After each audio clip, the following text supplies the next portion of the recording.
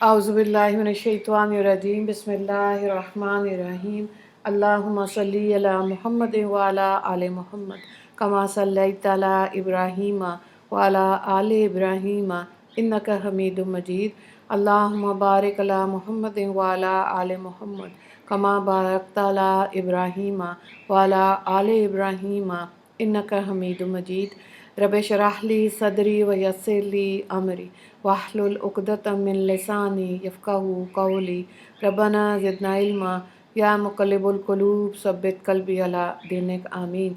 10 अनवानात के तहत इस्लामी तालीमात 7 शबान। अनवान नंबर 1 इस्लामी तारीख़। हज़रत अमीर माविया रज़ी अल्लाह ताला अन्हु के आदात और अखलाक। हज़रत अमीर माविया रज़ी अल्लाह ताला अन्हु अताअत रसूल और इश्क़ नबवी और ख़शियत बारी ताला की तस्वीर बने थे। आपके हिल्म व बर्दबारी का ये हाल था कि आपने मुखालिफिन सख्त कलामी से पेश आते मगर आप हंसी में टाल देते। हज़रत कबैसा बिन जाबिर रज़ी अल्लाह ताला अन्हु कहते हैं, मैंने माविया रज़ी अल्लाह ताला अन्हु से बढ़कर किसी को नरम मिजाज नहीं पाया। बसा औक़ात बुरा भला कहने वालों को इनाम और कराम से नवाजते हुए फरमाता, गुस्सा पी जाने में जो मज़ा मिलता है वो किसी चीज़ में नहीं मिलता। इश्क़ रसूल सल्लल्लाहु अलैहि वसल्लम का हाल ये था कि हजूर सल्लल्लाहु अलैहि वसल्लम की कुछ चीज़ों को महफूज कर लिया था। अपनी वफ़ात से पहले उन्होंने फरमाया, हजूर सल्लल्लाहु अलैहि वसल्लम के बाल और नाखून मरने के बाद मेरी आँख, कान और नाक में रख कर अल्लाह के हवाले कर देना और हजूर सल्लल्लाहु अलैहि वसल्लम की चादर में मुझे कफ़न दे देना।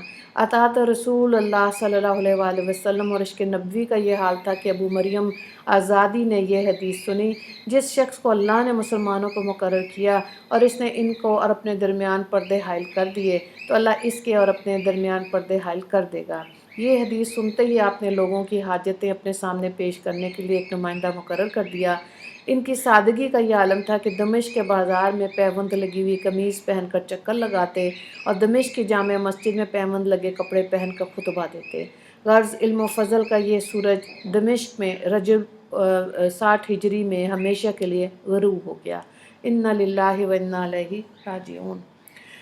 अनवान नंबर 2 अल्लाह की कुदरत ज़मीन में रखे हुए ख़जाने। अल्लाह ताला ने ज़मीन के अंदर मुख्तलिफ़ किस्म के तेल के ख़जाने रखे हैं, जिनमें पेट्रोल, डीज़ल, मिट्टी का तेल इंसानी तरक्की के लिए बहुत ही अहम और ज़रूरी हैं। आज तेल की जितनी अहमियत ज़रूरत है इतनी पहले कभी न थी। इंसान दिन रात मुसलसल तेल निकालता ही जा रहा है। अगर ये तेल के ज़ख़ीरे ख़त्म हो जाएं तो ज़िंदगी ठहर जाए। गौर कीजिए कि ज़मीन के अंदर तेल के ये ज़ख़ीरे किसने रखे। अल्लाह ताला ने कुरान में फ़रमाया, और हमारे पास हर चीज़ के ख़जाने हैं और हम इसे एक मुतय्यन अंदाज़े से उतारते हैं। सूरह हिजर आयत नंबर 21।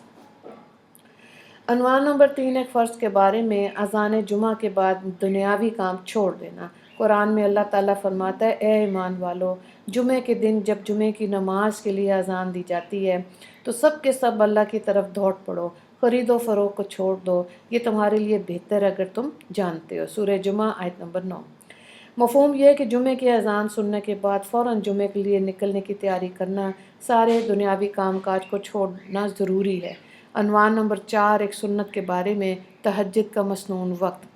हज़रत अस्वद रज़ी अल्लाह ताला अन्हु बयान करते हैं कि मैंने हज़रत आयशा रज़ी अल्लाह ताला अन्हा से हज़ूर सल्लल्लाहु अलैहि वसल्लम की रात की नमाज के बारे में पूछा तो फरमाया, शुरू रात में सो जाते और आखिर शब में बेदार होते और नमाज़ पढ़ते, फिर वापस बिस्तर पर तशरीफ़ ले आते और जब अज़ान होती तो आप सल्लल्लाहु अलैहि वसल्लम बिस्तर से उठते और गुस्ल की हाजत होती तो गुस्ल फरमाते, वरना वज़ू करके मस्जिद चले जाते। बुखारी की रवायत है। हज़रत आयशा रज़ी अल्लाह ताला अन्हा इसकी रावियाँ हैं। अनवान नंबर 5 एक अहम अमल की फ़जीलत, अल्लाह के रास्ते में ख़र्च करने का सवाब। रसूलुल्लाह सल्लल्लाहु अलैहि वसल्लम ने फरमाया, अल्लाह के रास्ते में जो खर्च करेगा उसे 700 गुना सवाब मिलेगा। मुस्तदरक हाकिम की रवायत है। हज़रत खुरैम बिन फ़ातिह रज़ी अल्लाह ताला अन्हु उसके रावी हैं। अनवान नंबर 6 गुनाह के बारे में, हलाक करने वाली चीज़ें।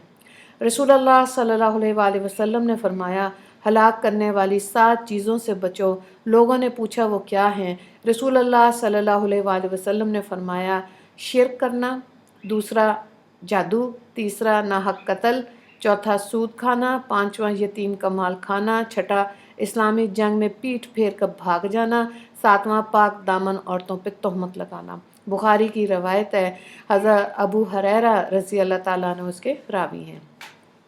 عنوان نمبر 7، دنیا کے بارے میں دنیا کی اہمیت اللہ کے نزدیک۔ رسول اللہ صلی اللہ علیہ وآلہ وسلم نے فرمایا، اگر دنیا کی قیمت اللہ کے نزدیک مکھی کے پر کے برابر بھی ہوتی تو اللہ تعالیٰ کسی کافر کو ایک گھونٹ پانی نہ پلاتا۔